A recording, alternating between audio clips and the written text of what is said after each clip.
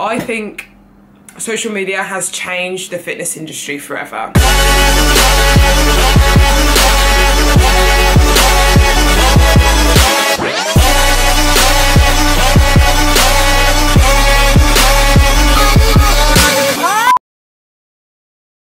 Hello guys and welcome back to my channel. So today I'm going to be doing a Q&A from my Instagram because I asked yesterday on my Instagram what you guys wanted to know. What were the questions that you wanted answered? So I'm going to do that today. But before I do that, I'm going to tell you guys I've now released a mindset seminar going on the Sunday the 16th of December. And I'm so excited about this. Like I've always said, mindset is the most powerful tool when it comes to competing, and I'm very passionate when it comes to mindset. I want to give you guys a lot more knowledge and in-depth topics talking about mindset and how you can get ready for stage, and I'm really excited for it. So like I've never done something like this before, and I've always wanted to go down the path of like public speaking and all of that type of thing. So if you have any questions, please leave them down below. You can buy tickets at my website, which will also be linked down below.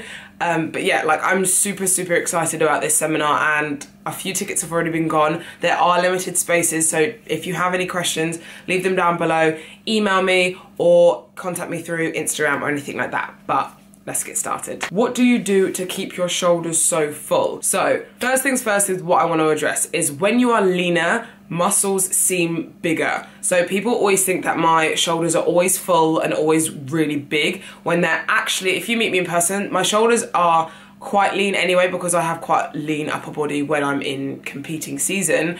But when I'm in off season, and I'll put an off season photo up now, my shoulders look normal because they have body fat on them. So the reason my shoulders are still quite full now is one, I've been dieting most of the year, so my shoulders have been relatively lean pretty much most of this year. Well, not pretty much, most of this year. So they seem like they're really big, really full all the time, is because I have less body fat on them.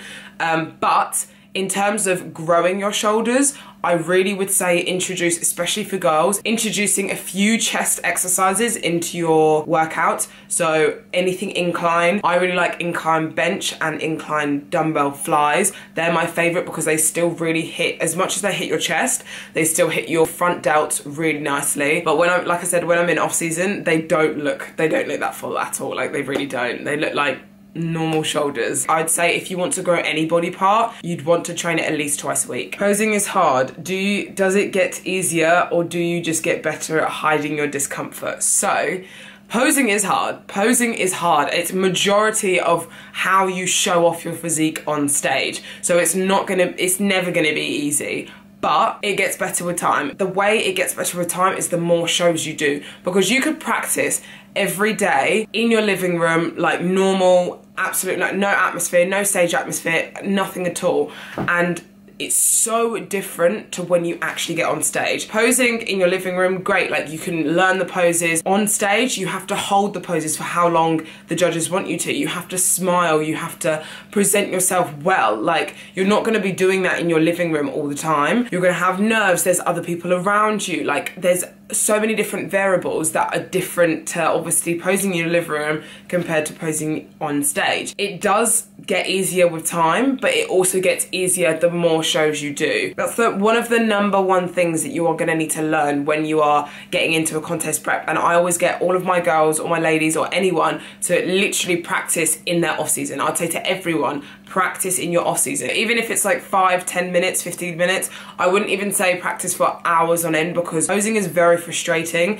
So if you practice for hours and hours and hours, it will really start to take a toll on your brain, like especially when you're dieting. So I would say practice 5, 10, 15 minutes a day. Like literally practice in the shower if you need to. Like little things like that. It will take time and your body will get used to it. What daily supplements do you take? So one, I take glucosamine, which helps with joint pain, and it is really, I don't think it's essential, but it is sometimes necessary when you're on prep, because you're still trying to lift heavy and you're trying to keep your weights up in the gym when you're in contest prep and stuff.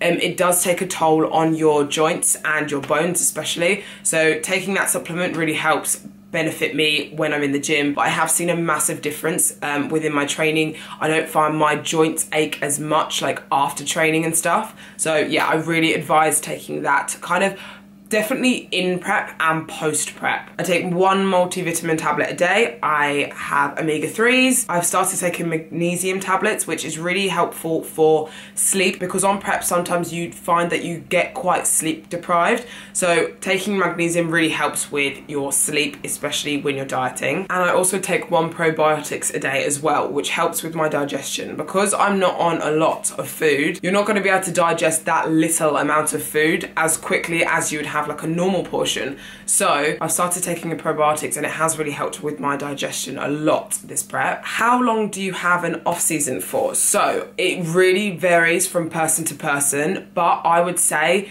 take as much time as you need off, physically and mentally, because if you feel like you are not ready the following year to do another competition prep, then do not do one. Take more time off. Have that time that you need off. Let your body fully recover when it comes to calories, when it comes to training, strength, everything, because you want to be going into your contest prep feeling like you can give your all. You can't go into prep half-assed and be like, okay, I'll see how it goes. You've got to be dedicated 100% and know that you're going to give your 100% within that contest prep, and you're not going to be able to do that unless you feel ready. Taking as long as you need until you are ready to come back, but typically I would say at least 3 months of an off season, and that's kind of a minimum. That's not a maximum or how long you should have off. People take off years, people take off 6 months to get their hormones back in check, to get their strength back up, to get their food up. It all varies from person to person, so you've just got to make sure what you're doing is best for you. Dealing with periods, peak week / show day. I've never experienced that before. I know a few people that have had periods on their show day, on peak week, so I can't really give a lot of advice on that, but what I will say is if it does happen to you, do not stress about it, because you will make it 10 times worse. Just take it for what it is, carry on with your peak week plan, your show day plan, and keep calm. You might hold a little bit of water in peak week and maybe show day, but obviously, like I said, don't stress about it, because it will go within the next couple of days, that water retention. It's usually when you first come on your period, that's when you kind of hold a little bit of water. That's what I found anyway. And then within a couple of days, it kind of drops off. So I would say, 1, listen to your coach. 2, don't stress about it and kind of just let it be. What is your current training split? So my current training split at the moment is push-pull legs. It's always been push-pull legs. But what I am gonna kind of try and do now is legs, upper body, legs, because I want to train legs a lot more than my upper body at the moment. I feel like I don't need to train my upper body as much at the moment, so I kind of want to train lower body maybe 3-4 times a week, and upper body twice a week. My upper body doesn't really need to improve massively, and I don't want it to get any bigger. Everyone keeps saying that my upper body is pretty much borderline. It doesn't need to get any bigger. You don't need to make it any smaller. It's pretty much spot on, just leave it as it is. So I feel like when I go into my off season, I don't want to be training my upper body as much because I don't want it to grow. Find a split that works for you. Like, I don't want my upper body to grow anymore, so I'm not going to train it as much, which is okay to do that. So if you're in a similar situation with either your legs or your upper body, you're allowed to maybe take your foot off the gas off your upper body or your lower body and maybe train more your legs. You don't have to stick to everyone's training split, if that makes sense. I feel like people feel like they have to train a certain way or do a certain split because everyone else is doing it. And a lot of people were like, that's weird, you're not training your upper body as much. Like, I do this, this and this, and that works for them. And I know this is gonna work for me, so that's why I do that split. So you've just got to find a split that works for you, how it's gonna get you to your goals instead of everyone else's. Do you feel social media is destroying the fitness industry or improving it? Now that is an interesting question. I think social media has changed the fitness industry forever. Like, it honestly has changed it in such a massive way, and there's so many pros and so many cons to it. The pros of social media is that you can put out the content that you want other people to see. So that's why I love my platform and other people's platforms, is because you can put out there your content that you want other people to see and they can relate to you. That is the massive pro that when it comes to social media, is that you don't ever feel alone. I feel really bad for doing this, and I know this person isn't doing that either. And you can connect with other people. It's like amazing. It's an amazing tool to connect with other people. You can get so many different opportunities from social media nowadays. There's so much free content on social media as well that like you can actually achieve your fitness goals without feeling like you're doing it wrong. There's so much informative information out there saying this is how you do this and presenting it really well, and a beginner can completely learn from scratch from someone's YouTube, Instagram, anything like that, and it's amazing. But the massive con to that is that people put out absolute rubbish content that is completely will not help anyone at all, but then people will take that information in. People will take that content that they're putting out there in and think those things that they're saying is true. People put out the wrong type of content out there nowadays just for either money or followers or likes, and that's where the social media falls down, is that it's so advertised and it's so manipulated sometimes. And the worst thing is the big influencers, the big names that do this type of thing, from reality TV shows or anything like that, are now putting out their programs, content that is absolute fucking crap, and beginners are now following that, thinking that is the right way to do things when it actually isn't. So to answer your question, no, I don't think social media is destroying the fitness industry. I think it's improving the fitness industry quite a lot, because people can really connect with other people that have good content out there,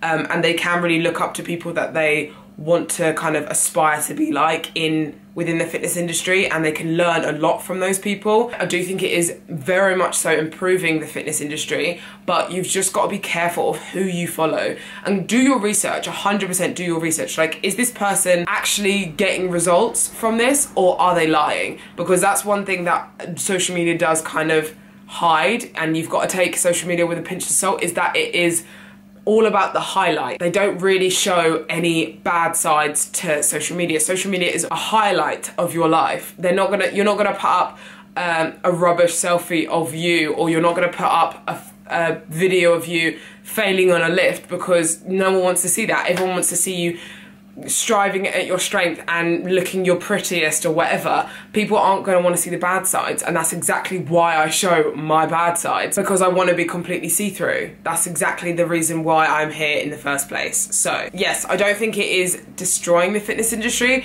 but I think we've just got to be careful and not let these people overrun the improvements that social media is giving us. So, and I'm gonna leave the video here. Thank you so much for watching. Please comment down below if you have enjoyed this video and you kind of want me to do a little bit more talky videos like this. But for now, thank you so much for watching, and I will see you in the next video.